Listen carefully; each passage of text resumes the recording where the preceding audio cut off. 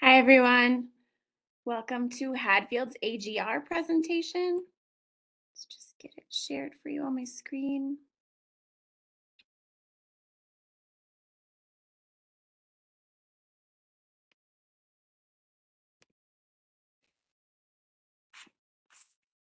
All right. Okay, well, welcome everyone. This is Hadfield's AGR presentation. My name is Brandy Hart. I am one of the principals here at Hadfield, and we will both be present for the Teaching and Learning Committee meeting on February 7th, coming up here shortly. So here's the agenda of what we will cover today, right on your screen here, if it pops up. Come on. Here we go. So the agenda, what is the AGR grant? What strategies are we using? What's the data look like? And where are we going next? What are our action steps for the rest of the school year? So AGR stands for the Achievement Gap Reduction. The Achievement Gap Reduction program was established in 2015-16 after the elimination of the SAGE program. Now, SAGE allowed schools to use that grant to make sure that class sizes were small, to make sure that teachers were able to interact and, service the many needs of students in a smaller class size. The difference with AGR is that AGR allows participating schools to implement one of three or a combination of those three strategies in order to reduce the achievement gap for students.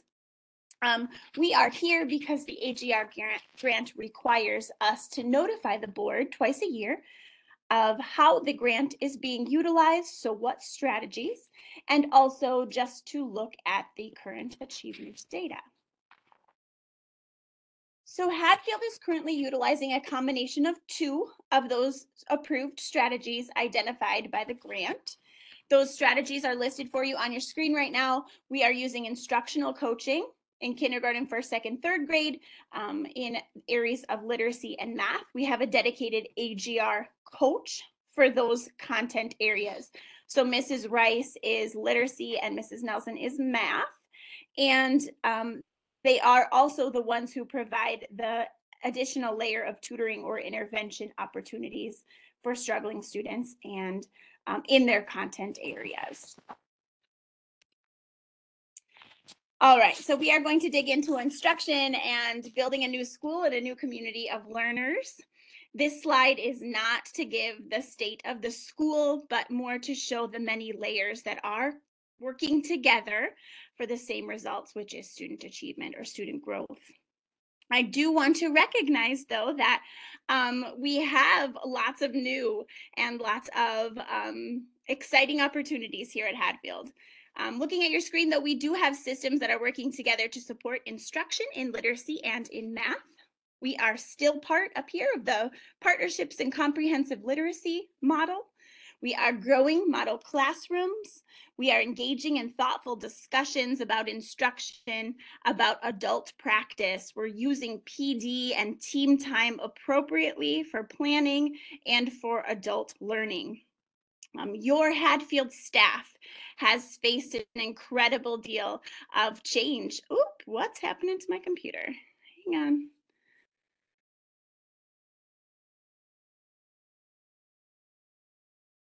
Well, we will continue to roll with changes here. I'm not really sure how we got disconnected, but we will be back momentarily. Okay. Okay, so what I was saying before we had a change here is that we have had many changes this school year. As you know, the merge of new teams, of new students, we've had new curriculum, we've had new classrooms. We are all working very, very hard. And we are so incredibly proud of our staff members here at Hadfield. We are proud of their constant drive to create and improve. We see this every single day. This is teachers, this is student services groups, this is assistants and office staff, this is our kitchen staff, these are our community partner groups, these are our parents, our custodial staff, our coaching staff, our students, everyone involved in Hadfield we're proud of. We are very proud. The start was not easy, but that's not why we're here today. We're here because we want you to know that we're growing together, we're growing stronger, and we know that every person right now that is involved in Hatfield is invested in the growth and the success of Hatfield. Right here, we are about to dig into some data. So like all schools, we collect leading and lagging data. We design instructions for students in 3 tiers. So on your screen, you see the universal, that's everybody gets it, universal instruction. You have tier 2 and tier 3. You can see in tier 1, I'm going to be talking about some data today in this area with running records. This is universal data, K first and second is what I'll share today. You'll see some universal data shared around PALS or letter sound and identification in kindergarten students and writing. I'll be sharing reading map data for your 2nd through 5th graders and math map data universally from kinder through 5th grade. Tier 2 data is your double dose. It's your extra instruction with teachers. It's your small groups. You're differentiating to meeting the needs of students. I will not be sharing tier 2 data with you today, but I am going to skip to some tier 3 data because it is directly aligned to the impact of our AGR coaches. These are small groups or one-on-one intensive interventions made specifically to close the achievement gap, which is why we're here. So our first data point that we'll share with you today is running record data. Running record is a one-on-one assessment of fluency, comprehension, and accuracy of reading. Our goal is to drastically increase kindergarten and 1st grade to have 50%, I'm gonna move that, 50% or more of our grade level reading at or above grade level. In 2nd grade, we would like to increase this by 10% or more of this grade level to be on or above reading in terms of running records by the end of the school year. Our district calendar has collection running record dates scheduled for February and then again in May. So once in February, we will test all of our students again, and we will see where our students are performing in terms of running records. I'd be happy to send you that data in February or at the end of the month so that you can see where we are if you'd like. Otherwise, I will be back in May to share the full screen with you so you can see our yearly path of how our students improved on running records. The next data you see on your screen is a PALS assessment, which is assessing letter sound and letter names or letter identification with kindergarten students. Our phonics instruction teaches children how to decode letters into their respective sounds, a skill that's essential to read unfamiliar words by themselves, so setting up independence in reading. Having letter and sound knowledge allows children to make the link between unfamiliar print words and the spoken knowledge, increasing confidence in early reading skills. So look at your screen. This one piece of data allows us to see how our students are doing in reading, which affects reading, which affects writing, which affects math, and really honestly everything, including confidence in being a learner. So when our students came to us in September, your average student knew approximately 5 letter sounds. As we continue, they test every month, but let's just take a look at December because now students are by the end of September, the average student was showing approximately 20 sound letters. So we will continue building. This is helping build our reading and our writing. And we will expect to see even higher growth when we meet back together in May on letter and sound assessing. Let's look at writing. So our next screen, you can see writing. You see an example of writing. This is the same writer, the same kindergarten writer over here early when we collected our first district assessment. And then here is the one we just collected in January.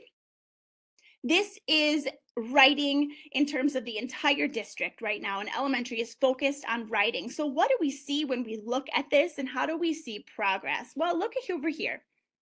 You see this child has ideas, many ideas they're expressing through their pictures. I'm not exactly sure what it is, but I know they're telling me something. Maybe it's in the lunchroom. I could begin to assume or talk to the child to figure out what their ideas are, but they have them, which is great. I also see letters down here. This tells me the child understands that letters make words and words communicate something, which is exactly what I, as a teacher looking at this, want to build off of. So this child, this is early. Now look over in January. You can see that their assessment that they used so much more from what they've learned in class. Now, the instruction this child and all the children are getting here for writing in the district right now is based on strategies that they could apply to their writing right then and there. It is small chunks of learnings that they can go back and do and try and practice that day. So you see the child using labels in their picture. Their ideas in their picture represent and match their words. You can see this child understands what a sentence is, that words formed in those sentences communicate ideas. You can see spacing, capital letters. You can even see a little bit of revision down here where the child started to write something and knew, oh, that one's not supposed to be a capital, and continued writing. The child says, I like to play inside. I like to play with Bryson. So all of the ideas match the picture and stay on topic. So we have worked very hard this school year with professional development, aligning collaboration of what does grade level writing look like. And I believe we will continue growing here so much as children have an invested ability right now to want to write. I see them wanting to write in reading, in writing, in math, in science, and bringing back writings from their home right now, which is just awesome to see. So we will move to MAP data for 2nd through 5th grade. This is reading data. The MAP assessment, if you're not familiar with it, is the measure of academic progress. It's an adapted test on a screen, their iPads, taken one-on-one in one setting. This is a norm referenced measure of student growth over time. And I want to say before I share the numbers that we are aware of the forward linking study. We understand that the percentile needs at each grade level to be aligned to the Wisconsin's forward assessment, the proficiency. We understand they are higher than the 50th percentile. We do, but we are still using the 50th percentile as a stepping stone as we continually work on closing the achievement gap. So go ahead and take a look at your screen for 2nd grade. This is how we set our goal. Right now, we are using the 50th percentile as our target, but we are growing each grade level 10% or higher from their highest point, if that makes sense. So in the fall, we saw that 2nd grade scored 24% at the 50th percentile or more, and they took a dip in winter, but we set our end of the year goal to grow 10% from the highest point. So you'll see that for each of the different grade levels. You can definitely see as you're looking at this, that 2nd and 3rd grade are our grade levels of highest concern. When we analyze data around reading map, around math map, and just around behavioral and social emotional well-being, 2nd and 3rd graders are the students that we are focused on at a high degree. And we also see that 4th and 5th graders are continuing to progress with their map assessment.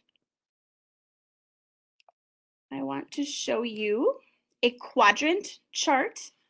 This is with that map assessment that you saw. This is one grade level, or one classroom, I should say, one classroom example. I want to show this. I'm not going to stay long, but I want you to see that when we analyze achievement data, we also have to look at growth data together. And it's very important when in closing the achievement gap. When you close an achievement gap, you have to see growth and achievement together. So if you look at this bottom pink box down here, this would be an area where students are demonstrating low achievement and low growth at the same time. This would be an immediate red flag to review the intervention plan, to review an IEP goal if the student does have an IEP, to figure out where we're missing the mark, or maybe this student just had a bad day. Again, this is one data point and you don't change every single thing about one data point. But if we're continuing to look over here, yellow over here is just as concerning as pink, because this is a student who is showing high achievement, but the growth is slowing down. So we have to figure out, what does that child need in order to pick up the pace again. Green is where we want most of our kids to be. That's high achievement, high growth. They're making it, they're keeping up, and they're continuing to grow. And orange is a huge celebration area, because although the student is still performing below the 50th percentile, they are growing at a higher rate. They are doing what they need to do in order to close the achievement gap, which is why we're here. All right, this next example is one from our tier 3 reading. This is data collected daily from a reading coach that works directly with this child. This is a student that is in one of our most intensive interventions. It's a 20-week program, and the child started right away. So this was immediate look at who needs the most and who can we catch up the fastest. So that's why this child was in here. Right now, the student is on week 17, so there's 3 weeks of this program left. So let's just look at this. I'm going to show you what to look at. So in September, the child was reading at a level 1. Look all the way to the right of your screen, and you'll see level 1 is less than kinder. We hope that our kindergartners are around a 2 around November, December. So level 1 would probably be about a kindergarten start of the school year. This child was starting first grade, so full year behind his first grade peers. Now let's look at week 17. Week 17, the child is reading at a 13. Go back to that correlation chart. This is a correlation chart provided by the district of where students should be around reading levels to be on or above grade level. A 13 indicates first grade reader between February and March. So right now we're talking, this is the end of January, almost moving into February. The student is right on grade level. So in the next 3 weeks, this child may stay at 13 or may move up a level or 2, but that child is ready and caught up with the rest of same age peers on grade level. So this is an intervention that is intense. It is tier 3, and it is incredibly targeted to what the child needs to close that reading achievement gap. So this is a great success for Mrs. Rice and one of her awesome students. We're going to move into math. I feel like I'm going super fast, but we are going to move into math. We have a new math program, which is Bridges. You're going to hear all about it later today in a different presentation, and they will review program data with you, which is very exciting. And I need you to know the difference between the data shared and the data sharing right now. Program data is specifically what's being taught. Those critical areas, those essential grade level standards, the areas that we know teachers are teaching. The map, what you're looking at right now, is a test that's assessing all grade level standards. So that is the difference. Another thing I want to say about math map is that reading does play a role in the math map assessment. In second grade on, the math map is not read to students. There is no computer reading to the students unless they have an accommodation for testing accommodations for it to be read to them. Otherwise, there is a portion of reading.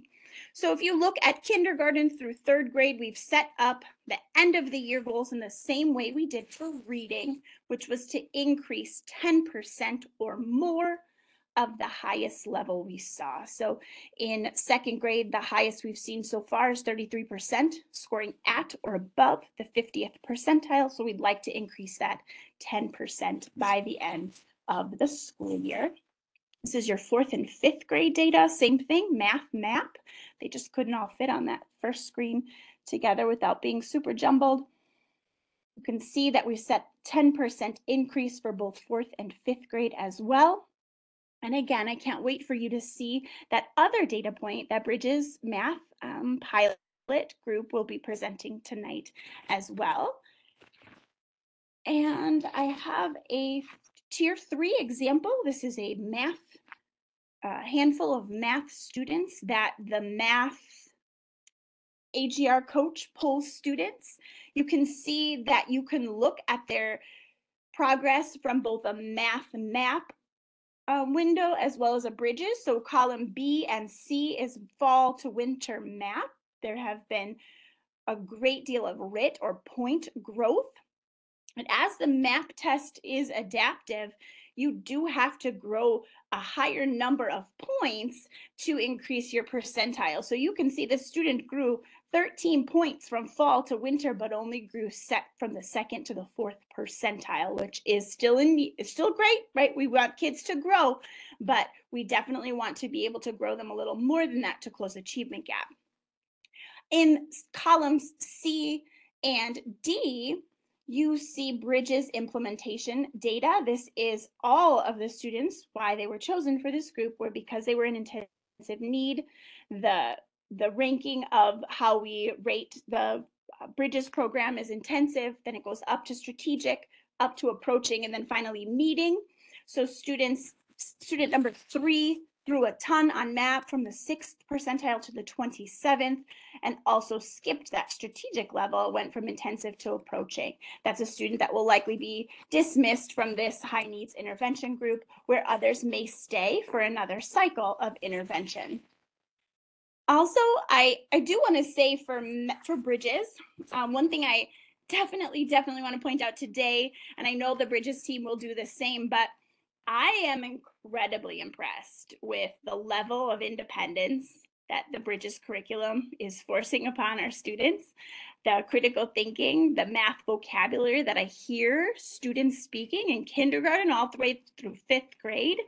I was curious, so I started looking around and other data points that I could find, and I put together these are data points that have been presented to you through AGR the last several years. So if you look here, this is winter kindergarten data. What I just presented to you is on the left of your screen from fall to winter. And then over here is what I've presented for winter data in the past several years. So in 2020 and 2021, I presented to you that 36% of the kindergarten cohort was performing at or above the 50th percentile, went up a tad in 2022. And now this year, I just presented to you that 59% of all of kindergarten is performing at or above the 50th percentile. Now, the only thing that has changed for this jump in our earliest learners for math has been the Bridges implementation. And I think that is a beautiful celebration of impact in data, and the hands-on practice that we're seeing our kindergartners do every single day is definitely paying off. So I wanted to share that with you as well. Now, the good part is the action steps. What are we doing? What are our plans as we move forward? We are very aware we have tons of year left. We have lots of time to continue growing and impacting student achievement. How I've set this up is the bullet points over here are things that we are going to continue doing. This was our plan. We are going to maintain that plan and stick to the course. And the bottom 3 are something that is a bit new or added on or increasing the focus of. So the bullet points, we are going to continue developing self-regulation for learning, keeping our students in their seats so that they are in the class when the learning is happening. Focusing on fidelity to instructional minutes, making sure each of our grade levels are having the time they need to instruct in certain content areas like reading, math, writing. Focus professional development in writing. We're going to continue using some of our PD time. We meet every single Tuesday for professional development. We're going to be using some of that time for writing. And then if you look lower, we're also going to continue adding some PD to continue nurturing our team, our collaborative and positive school culture. So that is one of the bullet points here. Skipping back up to the top, our AGR coaches are going to continue focusing on K-3 grade instruction and intervention, and continued support for staff with all of our new curriculum and implementation. Now going down to those boxes, I read this one already, how we're going to use some of our PD time not only for writing, but also for our teams and coming together and making sure that we are supporting each other here at Hadfield as we do the hard work. With the increase of AGR funding, let me back up there for just a second. We did have an increase in AGR funding to us this year because of the merge. And originally, when budgeting, we only budgeted for Whittier's numbers coming over. But the group, the AGR grant group, allowed for an appeal, people to appeal, and that gave us an increase in AGR funding this school year. So we are planning to hire some additional teachers to target Tier 2 student learning by providing additional group time and purposeful practice for students. And then just to focus on minutes, on learning, our learning spaces, our targeted skills for students in 2nd and 3rd grade with intervention plans or IEPs, really focusing on that and making sure students are getting what they need. And with that, we're going to stop and ask you guys what your questions are about Hadfield's AGR grant and where we're going with next steps. But I wanted to make sure you saw my favorite picture of the school year so far. It just symbolizes the merge of two communities coming together. You've got your Hadfield Husky on one side, you've got your Whittier Wildcat Wayne on the other side, holding hands, welcoming and passing the rein over to our Hadfield Hedgehog, Hedgie, who we are now using as our mascot over here. So with that, I'll see you all with Mr. Elliott on February 7th, so we can talk more about AGR and get your input on anything that you'd like to see changed. But we are working really hard, and we hope that you see that too. Thank you.